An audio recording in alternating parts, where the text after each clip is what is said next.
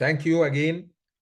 The first part of module number one is talking about kinematics of a particle, motion. We have a particle moving in different ways. The first way is rectilinear motion.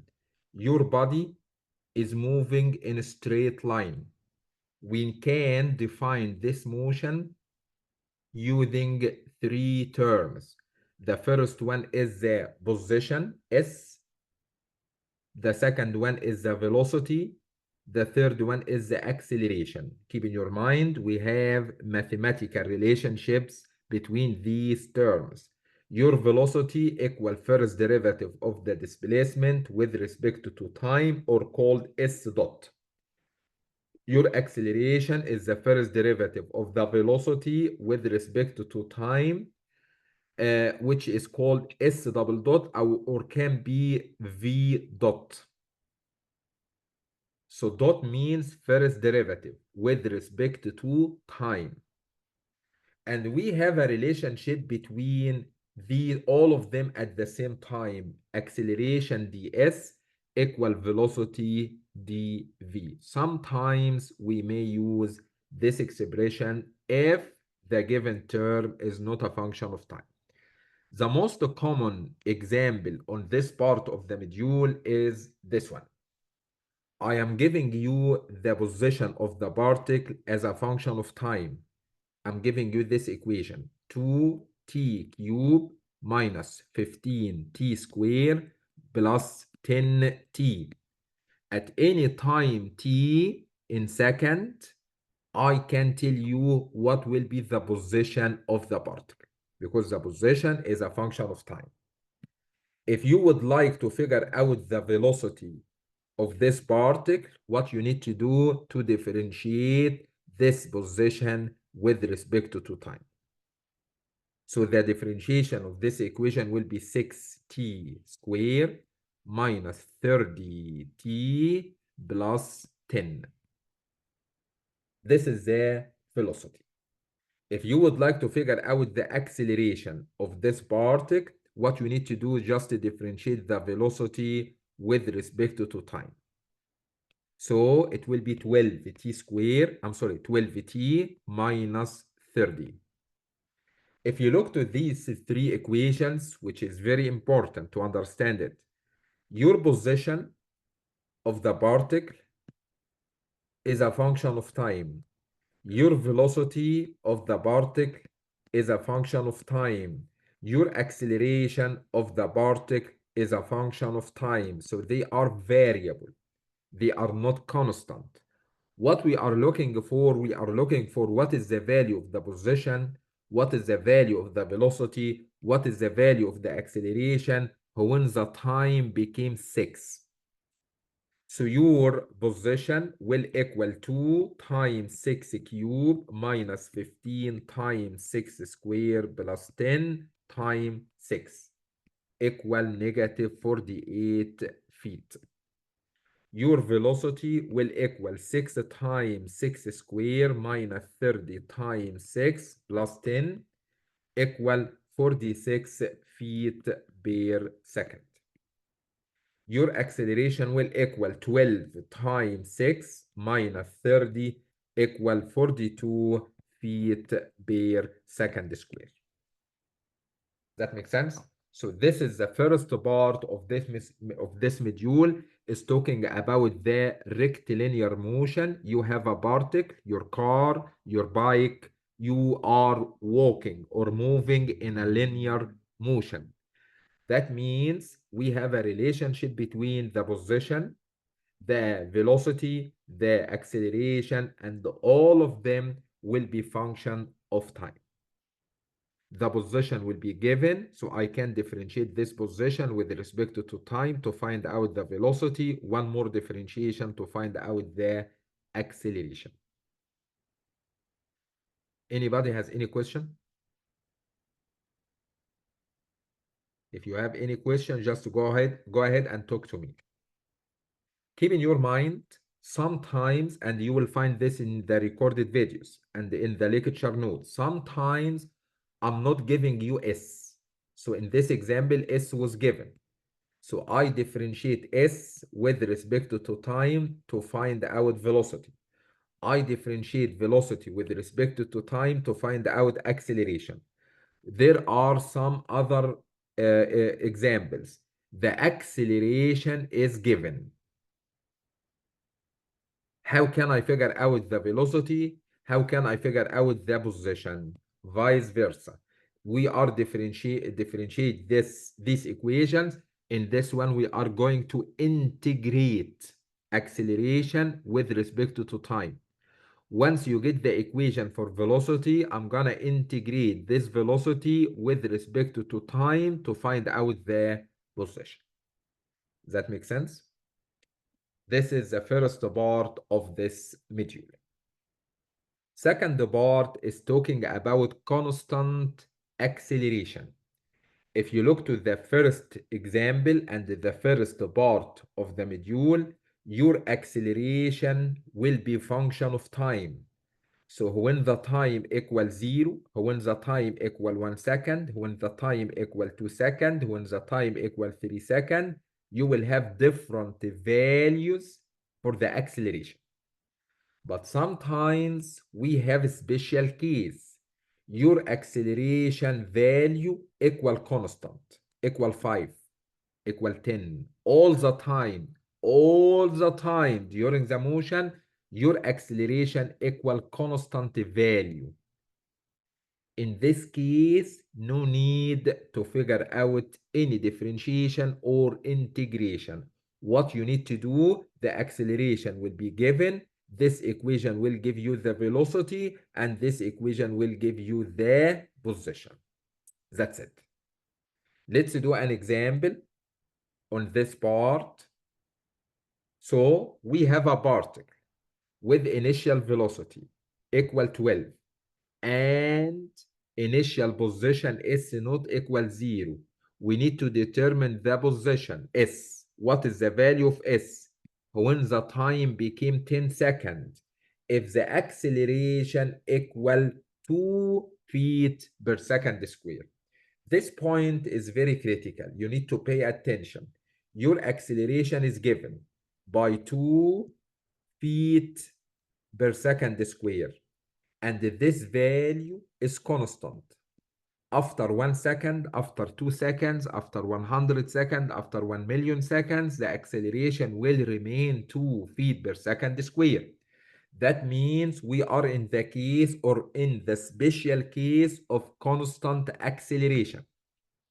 If you would like to figure out what is the value of the position, you can use this equation in your calculation. So your position S will equal this value, acceleration, time, t minus t naught square divided by 2 plus v naught time t minus t naught plus s naught.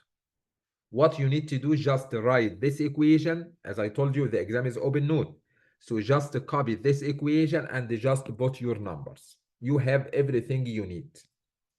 But you have to understand, since the acceleration is given as a constant value, we are permitted to use this special case. This special case, you can find it in the lecture notes in slide number 11. This is the case of constant acceleration. When the acceleration is constant, you have the chance to use these equations without differentiation, without integration. That makes sense?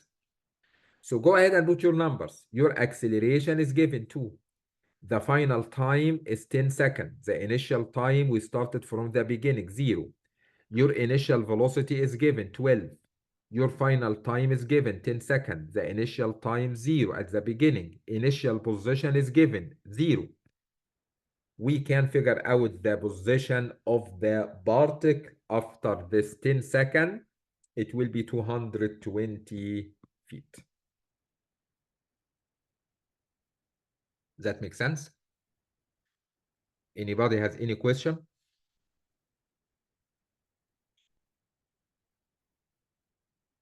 So guys, I highly recommend to finish your material before showing up in this meeting. So you may be familiar with the material I'm talking about. Maybe you will have some questions. Maybe I will answer these questions through my examples.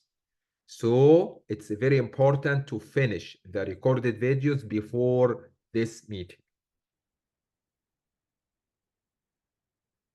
Sometimes we may use graphical solution.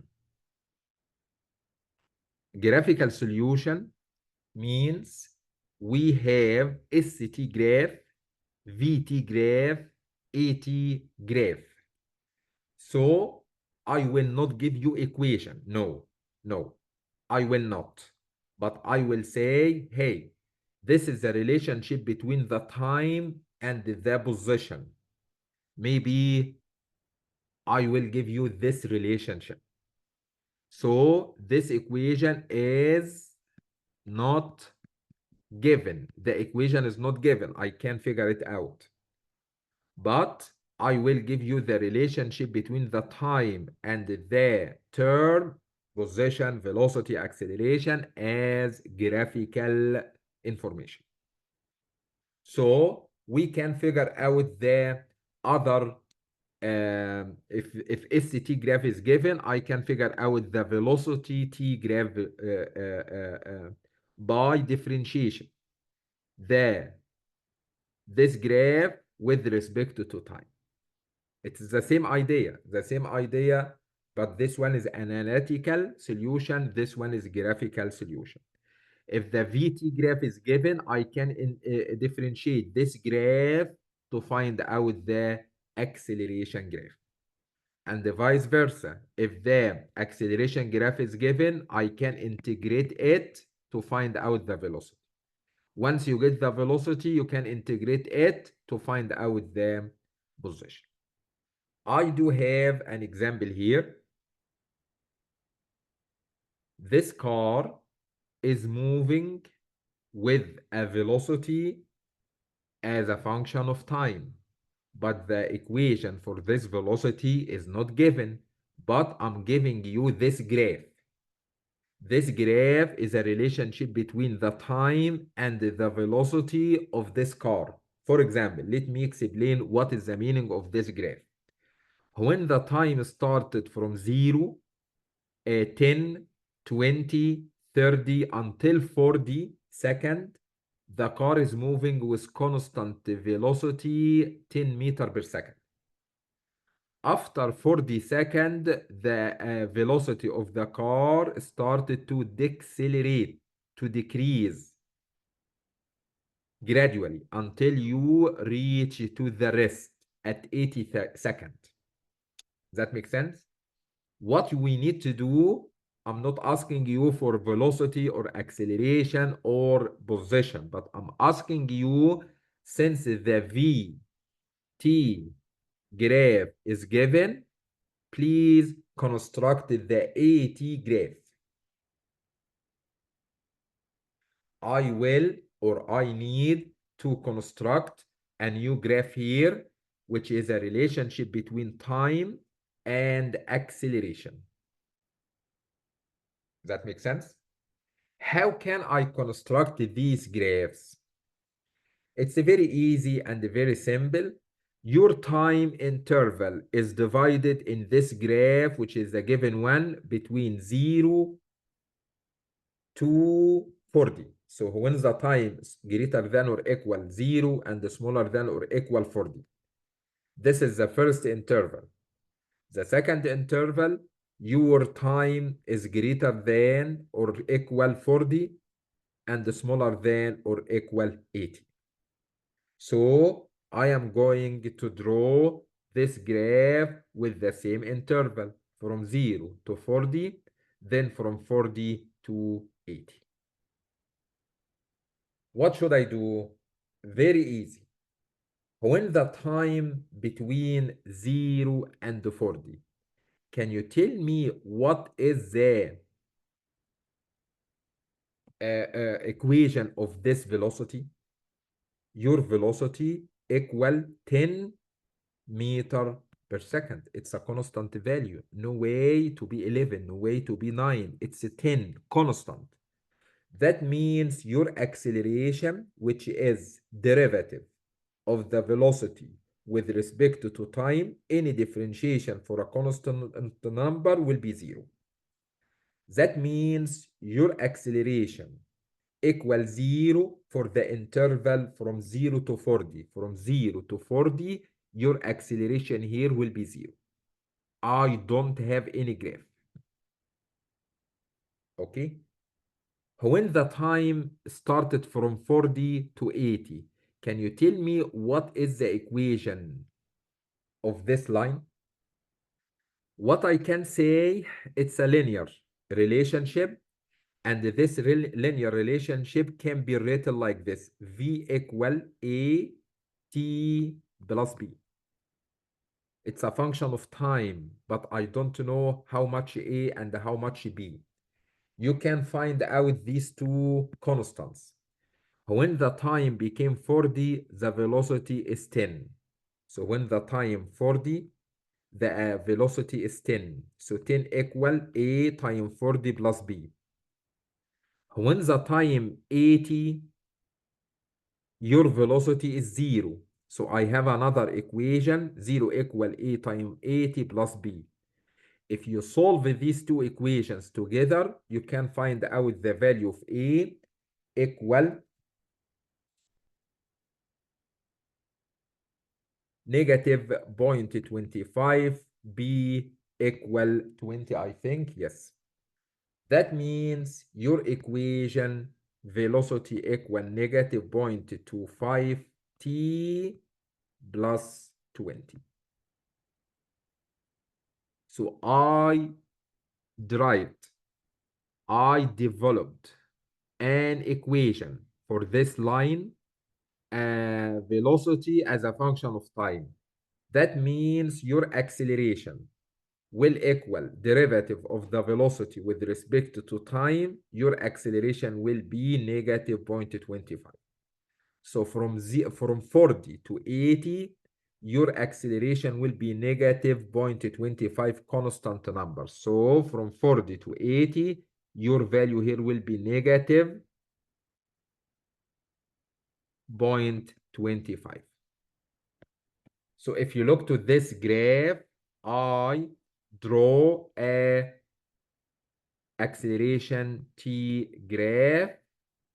I can read from 0 to 40 second, 0 acceleration. From 40 second to 80 second, I do have negative 0.25 acceleration. That makes sense?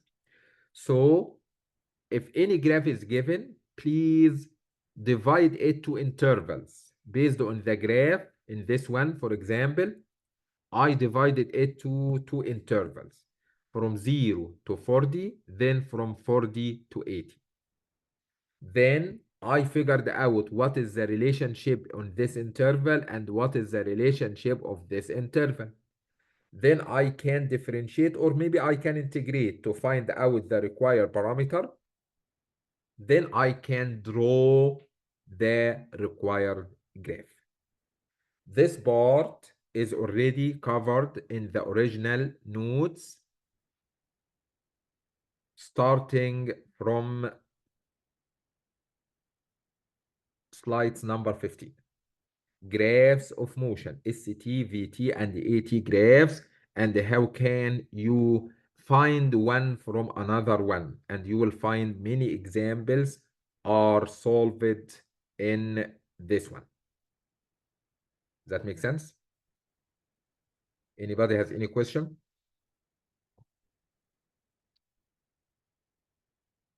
The fourth part of the material in this week is the curve linear motion. So you have a particle moving in a curve, not a straight line anymore. And I will figure out the motion in rectilinear component, X and Y. Because next week, we will have different components, different system of components. So right now, I am talking about a particle moving in a curve, no linear anymore. And I can figure out anything in two components, x and y. The position, x and y. The velocity, x and y. The acceleration, x and y. That makes sense? If you look to the summary, x and y for the position will be given most of the time.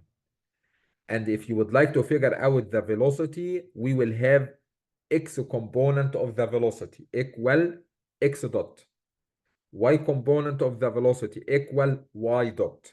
Keep in your mind, guys, keep in your mind, when I'm saying your x velocity or velocity in x direction equal x dot, this expression mathematically means first derivative of the x with respect to time. This is the meaning of x dot. If I say if vy equal y dot, I mean first derivative of y with respect to time. That makes sense? So you have a particle moving in a curve. The position of this particle is defined by x and y. I can tell you, and this x is a function of something, and this y is a function of something. I don't know. But x and y are not number, just a number. No, they are functions. I can say Vx, Vy, these are the two components of the velocity, and Ax and Ay, these are the two components of the acceleration. The x component of the velocity equal x dot, the y component equal y dot. You have to differentiate these two equations or two functions with respect to time. Acceleration in x component of the acceleration equal x double dot or vx dot. You need to differentiate your velocity one more time with respect to time. Or x double dot second derivative of x with respect to time. That makes sense? Ay equal y double dot or vy dot. That makes sense? That makes sense? So please pay attention to the curvilinear motion. We have an example here. Looks like I missed something in this example because this graph is given. It's not a big deal, but we have to mention it. Here is a particle which is moving in a curvilinear path. So we are not working on rectilinear. We are not working on linear motion anymore, but we are talking about curvilinear, your motion in a curve. And the position of this particle, x and y, the position of this particle is given in the problem. If you look to the problem, this is the value of y, and this is the value, we are not given the value of x. We are given the value of vx. Before starting this kind of problem, we have to figure out what is the value of y, what is the value of x. Y is given 0.5 x squared. That's fine. How can I figure out the value of x? It's missing. We cannot start without this component. How can I do it? How can I find it? Just look to the given one. Vx is given by 5t. Keep in your mind and remember, Vx originally equal x dot, which is dx by dt. So I can say, if you say Vx equal dx by dt, some math, calculus, so I can say dx equal Vx times dt. If you integrate the two sides,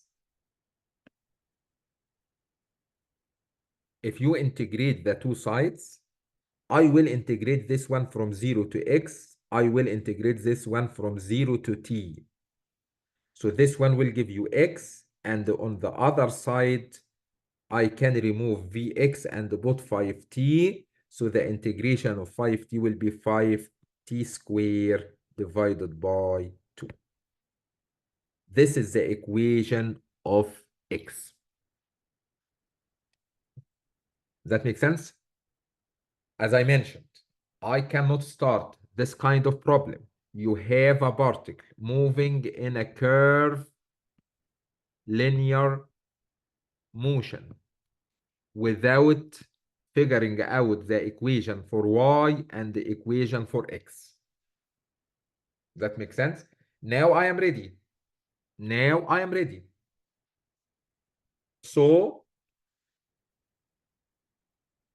your x equal 5t squared divided by 2. Your y is given by 0.5x squared.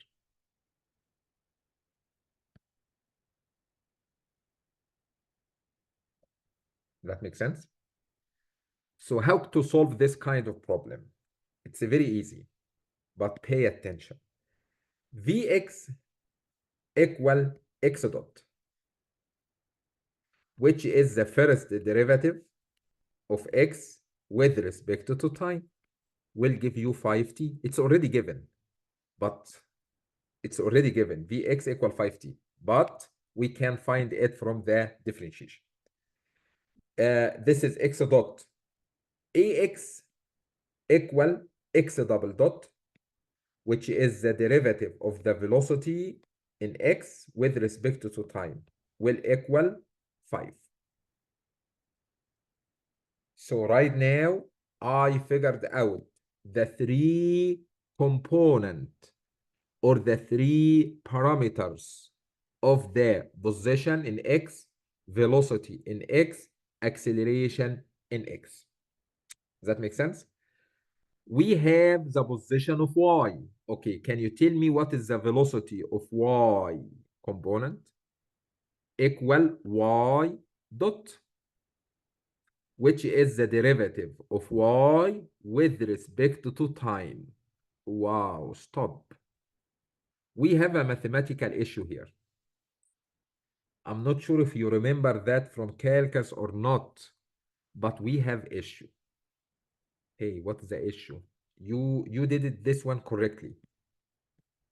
X dot dx by dt. So 5t squared divided by 2, differentiation of this parameter of this expression will give you 5t. Okay, but the expression originally as a function of time, and you are going to differentiate it with respect to time. That's good. But right now, your y is a function of x, and you are going to differentiate this expression with respect to time. We need to pay attention to this point. dy by dt can be written like this. dy by dx time dx by dt. Why you do this? Why you did this? First of all, I did not do anything. I did not do any change, because if you cancel this term with this term, finally you will have dy by dt. So I did not do anything. But why I used it this way? Because the y is a function of x, not a function of time. And the x is a function of time. So if you look to these two expressions, I can differentiate y with respect to x, because y is already given as a function of x. And I can differentiate x with respect to time. Why? Because x is already given as a function of time. It's math. It's not engineering mechanics anymore, but it's math. So this expression can be written like this: dy by dx time dx by dt. dy by dx, just differentiate this one with respect to x, will give you 1 time x time dx by dt. It's already given here. Dx by dt, it's already given here by 5t. Or it's better to write it like this, x dot. That makes sense? Dx by dt, it's already written by x dot, because we will have a very big issue right now. So your velocity in y direction equal x time x dot. Perfect. So far, so good. Now I need the y component of the acceleration. What you need to do, I need to differentiate the velocity in y direction by time. I do have another issue. Why? You have another issue. Now you are differentiating two functions multiplied together. I'm not sure if you remember this or not, but if you have two functions, function time another function, and you are differentiating this expression, do you remember?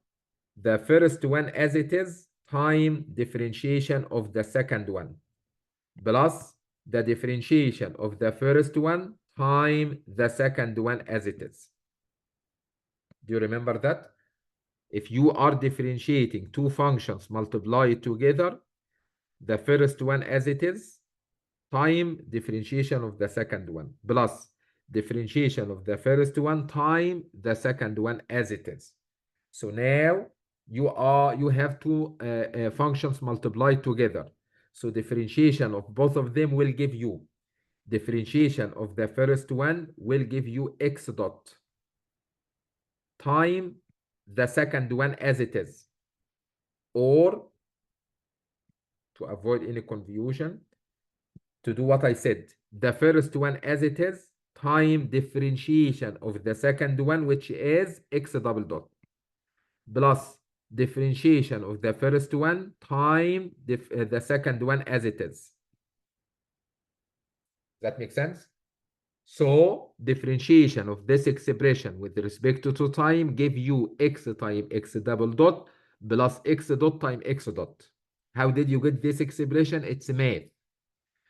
I do have two functions multiplied together. So differentiation, the first one as it is, time differentiation of the second one. The second one is already x dot. Differentiation of x dot will be x double dot plus differentiation of the first one, x dot, times the second one as it is. Now we can put our expressions. How?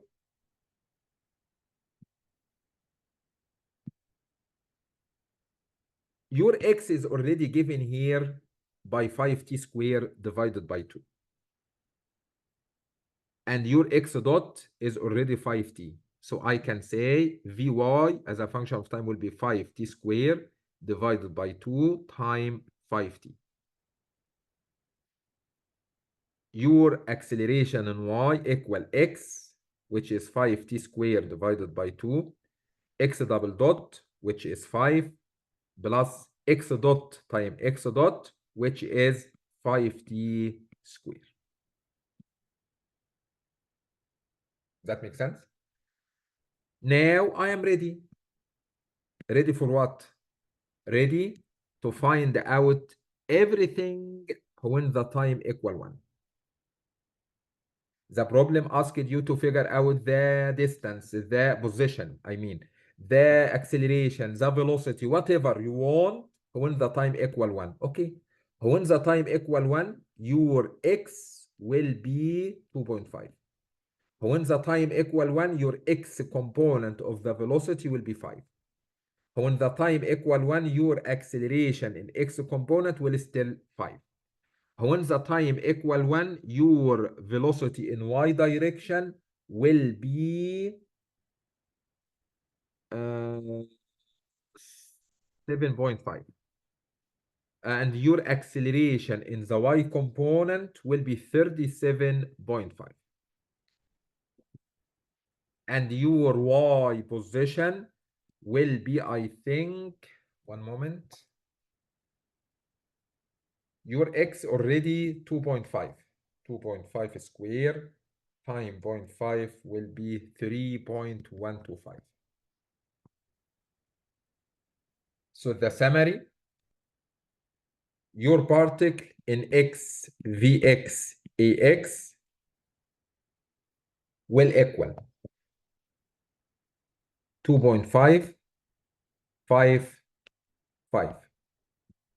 For y equal 3.125, Vy will equal 7.5, acceleration in y equal 37.5.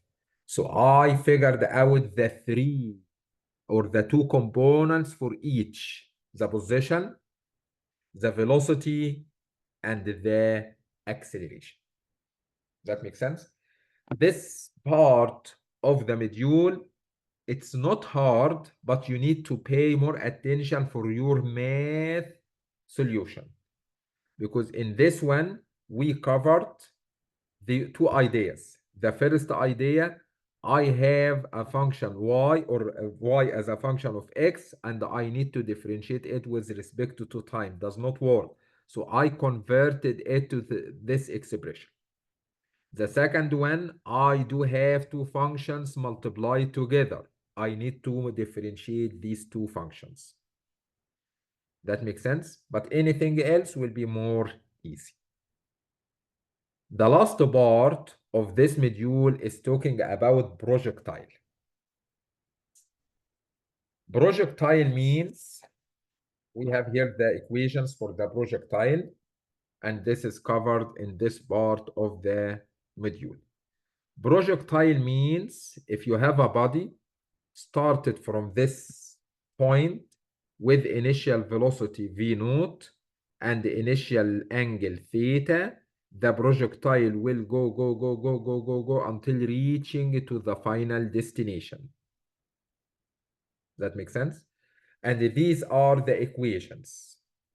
Acceleration, Vx, x, the three parameters in x direction, position, velocity, acceleration in x component, and the three components for the three parameters: position in y, velocity in y, acceleration in y. You can find out many examples in the recorded videos, but this is one of them. We have a skier. This skier is sliding from this ramp until reaching to this end. So what is your expectation? This person will fly this way with initial velocity or with velocity VA. How much is this velocity? I don't know. And the angle for the direction of this velocity is given by 25 degrees. And this person will take this path until hitting the surface at B. Does that make sense? Can you tell me what is the initial velocity of this man and what is the time for this man to reach to point B? This is a projectile problem. Keep in your mind, this is your x-axis and this is your y-axis. Keep in your mind, at this point, from the origin, 0, 0, and this is the final destination. The final destination will be at position from the origin in x will be 100 meter times 4/5. If you look to this right angle triangle, I can figure out the horizontal distance between the origin and the point B. This horizontal distance will be 100 cosine this angle, which is 4/5. It will be 80. meter. For the y distance, this y distance will be 4 meter, this part, plus 1 meter, 100 meter times 3/5. So 4 meter plus 100 meter times 3/5. This one will be 64 meter. So now, but keep in your mind, this x will be positive, this y will be negative. Why? If you look to the origin, if you move from the origin to point B, I moved in x positive, but I moved in y negative. That makes sense? If you go to the summary, we have here two equations, one for the x distance, one for the y distance. Just grab these two equations and put them here. For the x equal v naught cosine theta times t plus x naught. Go ahead and put your numbers. The x is 80. I found it here. V naught, I don't know what is the initial velocity. I don't know. Cosine angle 25. It's given. Theta. Time t, I don't know what is the time. Plus 0. The initial velocity, I'm sorry, the initial position in x was 0. From this equation, I can say your velocity will equal 80 divided by cosine 25 times t. I cannot do anything else because I do have two unknowns. The second equation for y. We have another equation here for y. Your y equal negative g t squared divided by 2 plus v naught sine theta times t plus y naught. Your y is negative 64. Please don't forget your y is negative because I'm going from the origin to point B, I moved it down. Negative g, 9.81, acceleration of gravity, t squared, I don't know, divided by 2. V naught, I can remove V naught and put this one.